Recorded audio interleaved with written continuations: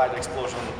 Dneska v takom našom improvizovanom štúdiu vítam Roba Pukača, jeden z mojich obľúbených hviezdičiek v našom gyme. Robo, čau. Čauko, nazdar. Ako sa máš? No ale super, super. Ako si trávuješ ty? Tak, klasický tréningom, ne? Jasné, pred chvíľou nám skončil tréning, či v štúdiu máme tak improvizované v gyme. Dobre, dneska si vyspovedám teda teba. Prvé, čo mňa zaujíma, keďže som bol dosť blízko pri tom a prežíval som to s tebou, vieme, že si mal teraz nedávno smutný zápas v Košiciach. Veľmi smutný, veľmi smutný. Čo by si nám k nemu povedal? Tak to nejde o to, ak som to videl ja, tak podľa mňa to videli všetci takisto. Aj myslím si, že keď si kúkol to video, aj môj super, tak to musel vidieť takisto ako my všetci. Si myslím, že ten zápas som určite vyhral, ani žiadne extra kolo nemalo byť. Aj v extra kole si myslím, že som ho porazil, takže... Vidím to rovnako. Viem, že tvoje ambície sú vysoké, určite nechceš byť nejaký lokálny fighter. Máme to, myslím si, že spoločnými silami naplánované už ďaleko dopredu a vieme, za čím ideme. Ale aké to boli pocity? No tak ty sám vieš, že to boli veľmi divoké pocity a no, tak smutné, takže ti poviem, mne išlo o to, že chcel som mať nášerdovú výhru, teraz tam není nič, takže je to také, no v podstate som trénoval na ten zápas tvrdo, o mnoho tvrdšie než super si myslím, takže si myslím, že som si to aj zaslúžil a tak to dopadlo, tak... Chcel by si odvetu? No tak určite. Pochopiteľne.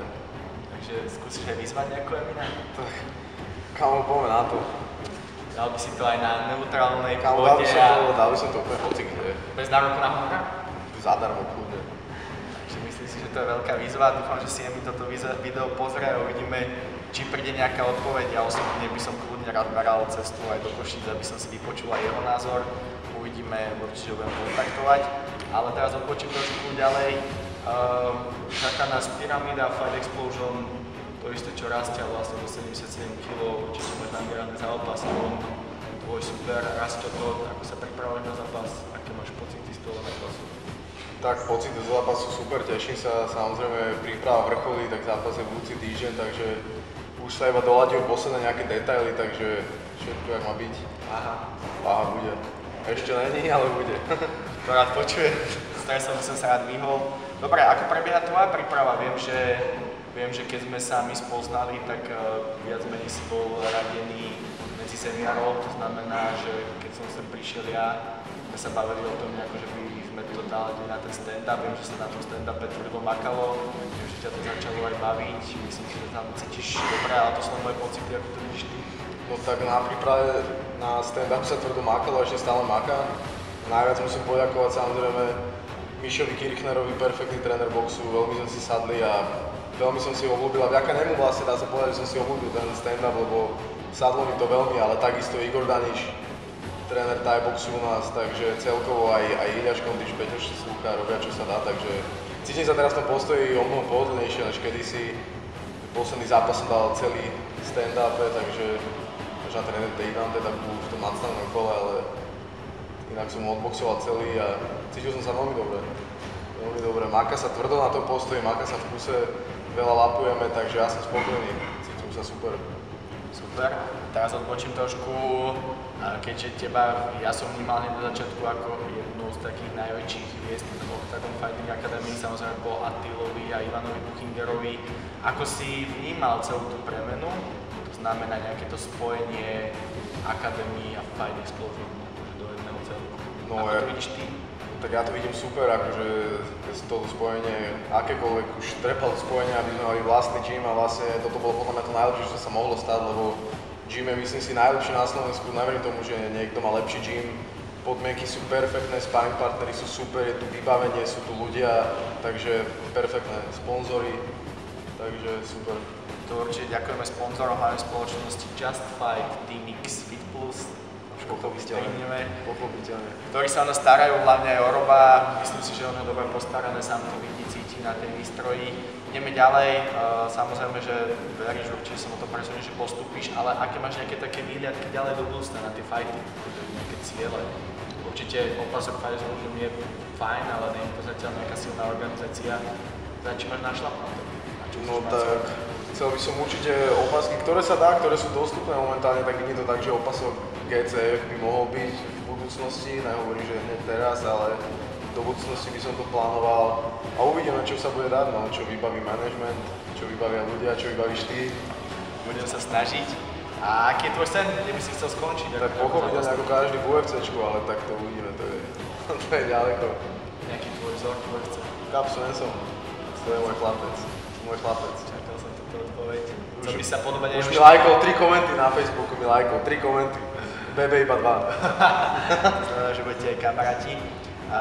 Dobre, ako sa pripravuješ na zápasy? Alebo ne teraz na zápas, ale celkovo, ako vyzerá tvoj bežný deň? Tak môj bežný deň, ako chodím do školy, tak sa to snažím zlúčiť. Snažím sa trénovať 2-krát denne, tak zatiaľ mi to ide. V sobotu mám vždy voľno, aby telo trošku zregenerovalo, kvázi aj nedeľu. Niekedy sa v nedeľu trénuje ako kedy. Ale ináč som tu 2-krát do dňa a snažím sa to byť čo najčastejšie, takže ja to tu mám rád. Ja sa tu cítim veľmi pohodlne. To gym je perfektný. Chalani sa chodia podľa mňa ako domov, že tu není žiadna atmosféra, že by sa sem niekto musel premáhať chodiť. Ja si myslím, že sa všetci chodia úplne nážavení a pripravení trénovať. No. Minimálne ja to tak vidím. No. Žiješ len športom? Akože uživíš sa tým? Alebo... No tak akože robím tu aj osobného trénera u nás v gyme, ale to je iba taká bokovka, ale zatiaľ tak som študent, takže sa neživím nejak špeciálne, že by som mal nejaký veľký príjem vlastný, ale nejaká koruna zo zápasu je super, ale není zatiaľ moc.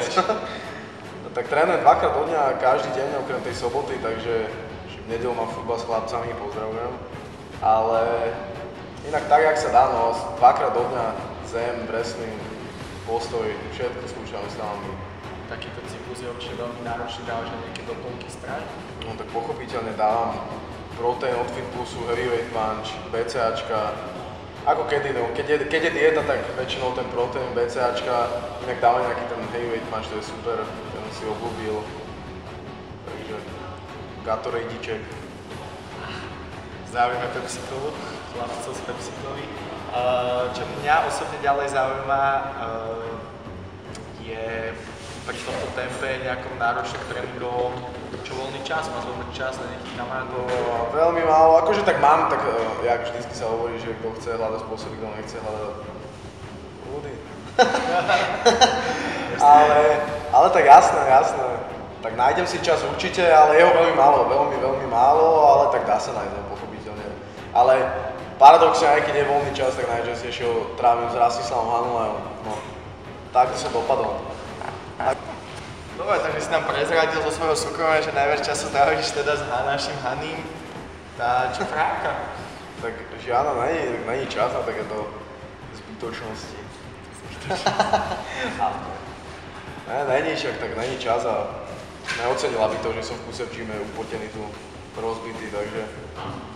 A keď nejak odmyslíme si od Hanyho, možno budúcej frajerky a nejakého tréningu, ako tráviš ten voľný čas, ja neviem. Tak mám psa, futbal s chalami, pes, ako kedy, no. Akého máš psa?